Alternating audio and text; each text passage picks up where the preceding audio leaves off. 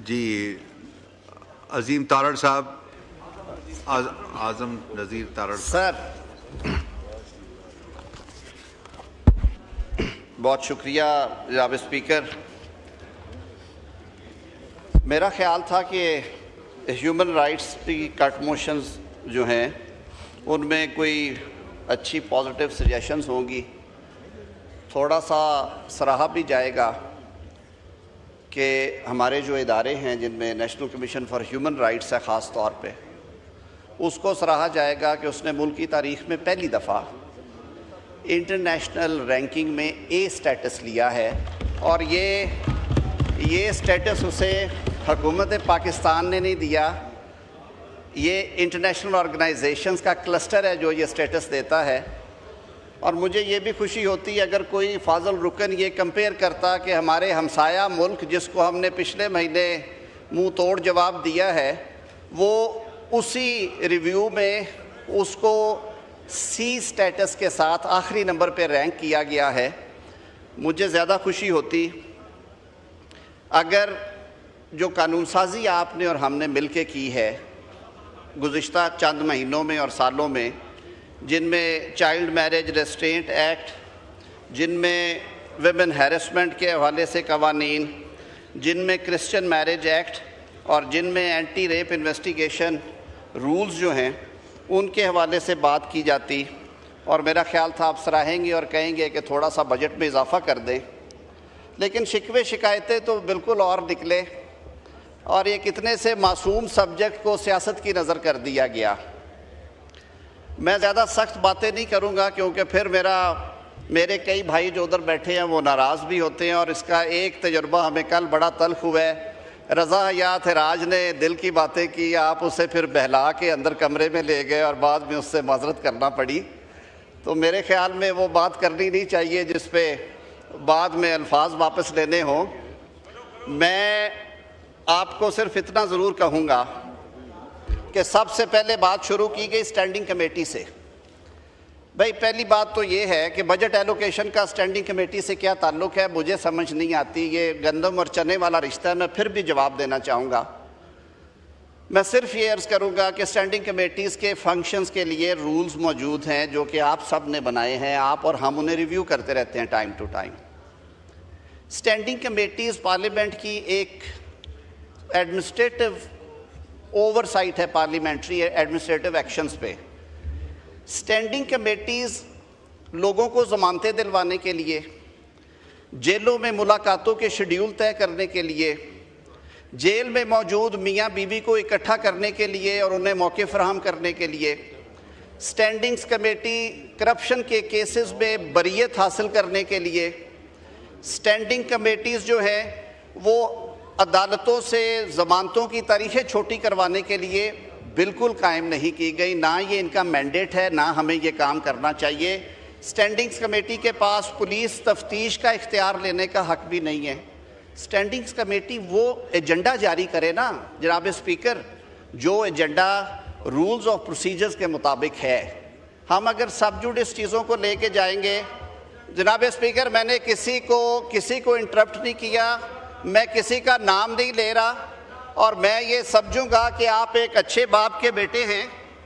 No cross talk. मैं ये समझूंगा वो रिस्पॉन्ड कर रहे हैं आप एक बहुत बड़ी जमात के सरबराह हैं, लेकिन अनफॉर्चुनेटली आपने उसके प्लेटफॉर्म से इलेक्शन ही ना लड़ा। मैं सिर्फ ये अर्ज कर रहा हूँ जनाब स्पीकर, मैं अपनी बात जारी रखता हूँ। तो सर अगर आप स्टैंडिंग कमेटीज़ का एजेंडे का पेज 1 और पेज 70 कैदी नंबर 804 होगा तो मेरे ख्याल में असम्बली सेक्रेटेरिएट कुछ नहीं कर सकेगा। असम्बली सेक्रेटेरिएट कुछ नहीं कर सकेगा। मैं सिर्फ ये अर्ज़ करना चाहता हूँ कि वज़ारत इंसानी हकूक़ के पास क्या है वो मैं अर्ज़ कर देता हूँ, बल्कि आपको पता है वो 3 या 4 कमीशंस हैं, और इस्लामाबाद कैपिटल टेरिटरी में जो यहाँ पे हमारे सेंटर्स कायम हैं उनके लिए काम करना है। काश वज़ारत इंसानी हकूक़ के पास या वज़ीर इंसानी हकूक़ या सेक्रेटरी इंसानी हकूक़ के पास अरबों रुपए की करप्शन के केसेस की सज़ा मुअत्तल करने का इख्तियार होता, मैं जवाब दे था। काश काश फौजी तनसीबात पे तेल छिड़क के आग लगाने की माफ़ी देने का इख्तियार होता 780A में, मैं ज़रूर करता। मेरे भाई हैं, आप देते दरख्वास्त, हम सारा कुछ ये करते।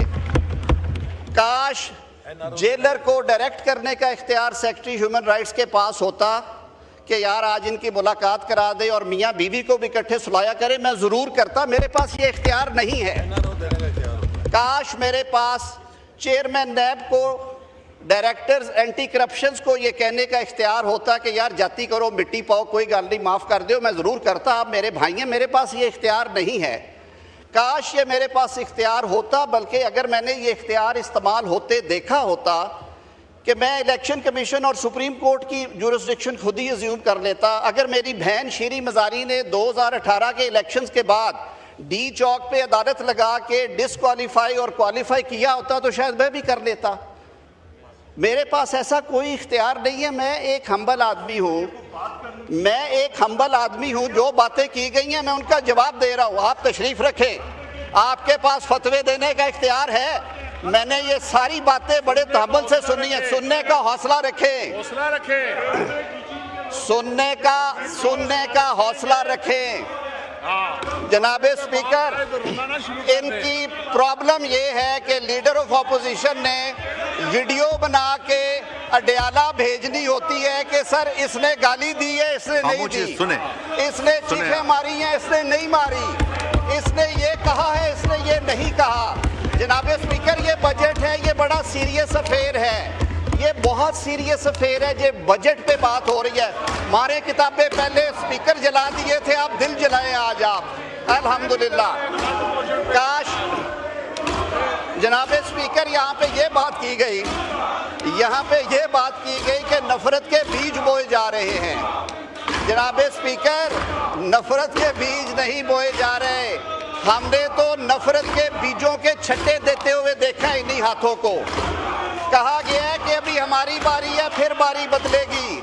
जनाब स्पीकर, तारीख गवाह है, हमने ये बारियां देनी इन बेंचेस पे बैठे हुए लोगों ने ये बारियां 1970 से देनी शुरू की है, जब ये आमरों की गोद में फीडर पिया करते थे।